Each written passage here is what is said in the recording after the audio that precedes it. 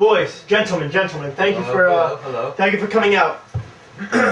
As the Ottoman Empire is on a decline, I feel we could share our terms of use as what we want. And well, speaking for France and Britain, I feel that with the placement in the Mediterranean and the perfect area it is, it would give us great growth in our naval and ports. It's a valid reason. I mean, us Austrians, we just like to expand our land. That's our simple reason for this. I think that's pretty valid. It's a valid reason. What about you? I mean, we Russians support the Greek Orthodox Christians in the Ottoman-dominated southeastern Europe, so, you know, we'd love to expand our sphere of influence to the Ottoman Empire. That's true. All right, refreshments.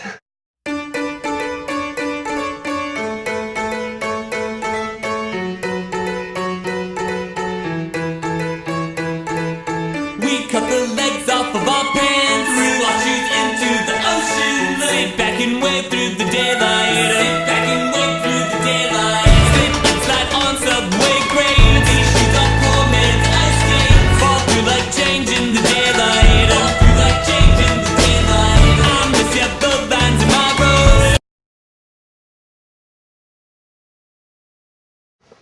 Good afternoon, class. My name is Giuseppe Mazzini, and I'm going to tell you a little bit about why I'm known as the soul of the unification of Italy. First off, I created something called Young Italy, which was a nationalist group which kind of got the ball rolling for the rest of Italy to unify. Secondly, I was an underground journalist, so I really ruffled the feathers.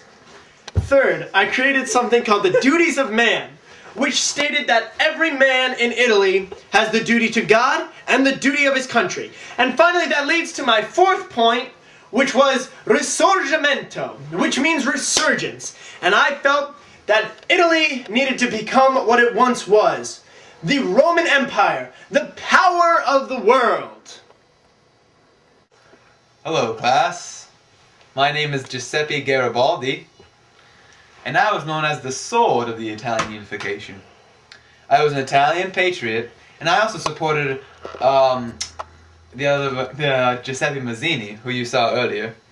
I started the Red Shirts in Italy during the Italian unification, and we were a group of volunteers who wanted to unify Italy, and we went throughout Italy to the two Sicilies after revolt broke out, and Naples, and we took control of these places, although we were outnumbered because we fought with passion.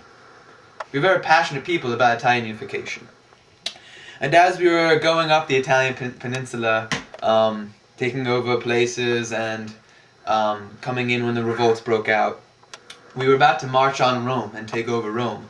But our friend who you'll meet later, Cavour, came in and told us we cannot do this, we cannot march on Rome, because France had papal interests in Rome because of the Pope and everything. So this is when I started listening to Cavour, and he became very influential in the Italian unification. Good evening, class. My name is Count Camillo di Cavour, and I played a big role in the Italian unification. When the Austrians defeated Piedmont, it didn't look as though they would be able to control Italy, but Victor Emmanuel appointed me Prime Minister, and I greatly increased the scope of Piedmont's economy by introducing roads, railroads, and canals, and I also stimulated investment into new industries, and I did other things to help the economy.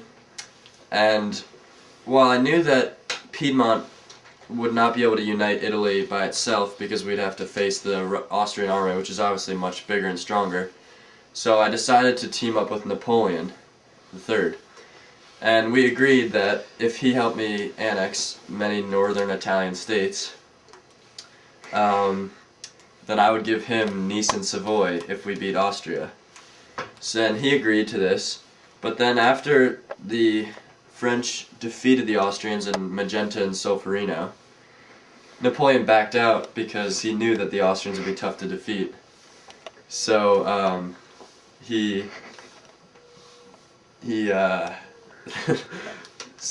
so the war ended, and the Italians were really gypped, and so we did not receive the territory that we originally wanted.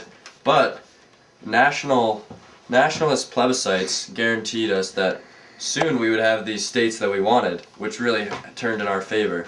And in return for Nice and Savoy, the French agreed to these annexations. So at first, Napoleon gypped us, but in the long run, it ended up helping us.